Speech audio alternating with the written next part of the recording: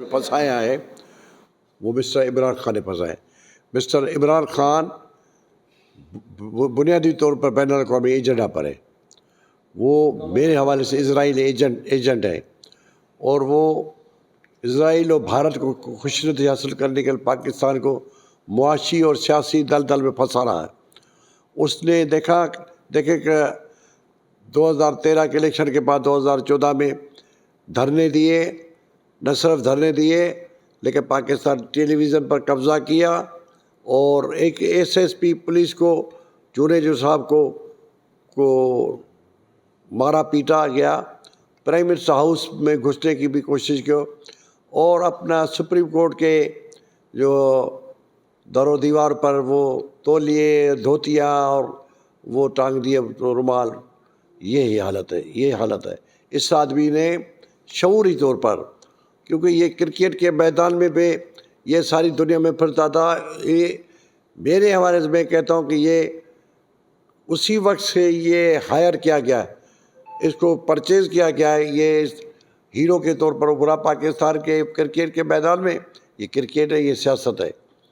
اس آدمی نے ابھی کیا ہے، آج دیکھیں گے، ابھی آج کی بات ہے کہ امریکہ کا ایمبیسیڈر جب آیا تو کہا میں نے خیبر پختونخوا کے چیف منسٹر سے ملا چیف منسٹر سے، ترخم پر گیا، ریڈ کارپیٹ میں بچھایا گیا، اور پھر شیرین مزاری الٹا چور کوٹوال کو ڈانٹے۔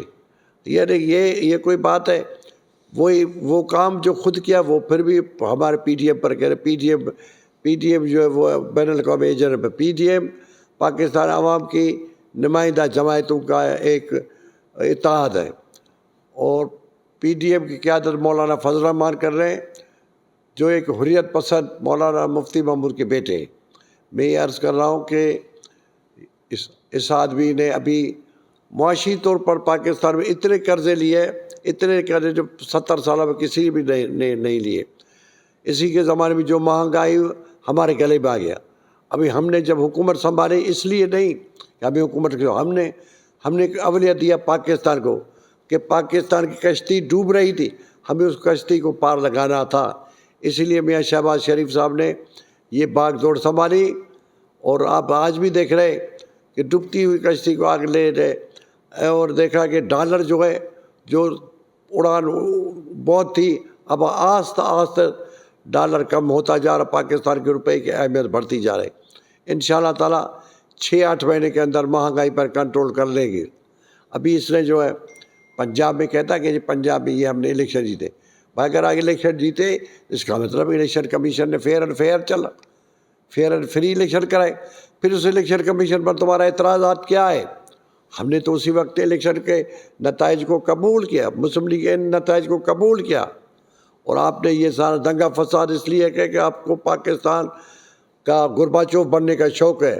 خدا نہ کرے کہ اس کے میرے منہ میں کھا کے پاکستان کو کوئی نقصان ہوگا، پاکستان کے فیڈریشن کو نقصان ہوگا کہ اسے عمران کے وجہ سے ہوگا۔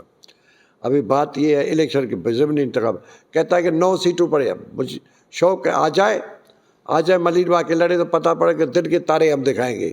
خدا کے لڑے وہ 18 والے الیکشن نہیں ہوگے، یہ الیکشن ہوگی۔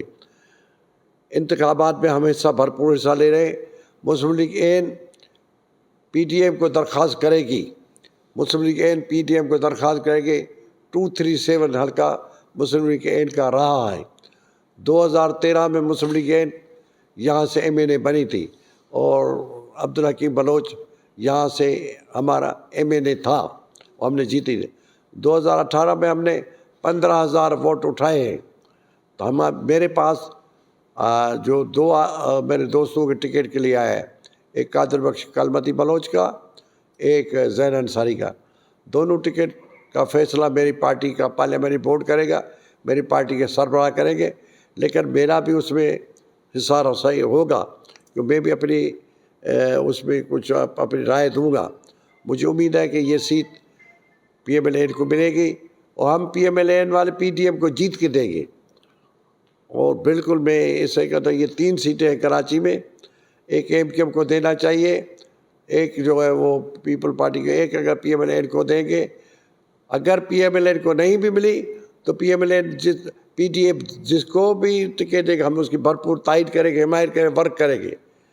اور مجھے امید ہے کہ پی ٹی ایم والی قیادت بھی یہ سوچے گی کہ تو یہ اس کو سیٹ جیت لے، تو اگر سوچ ہوئی اگر ہمیں ملی ہم انشاءاللہ تعالی جیت کے ان کو دے دیں گے.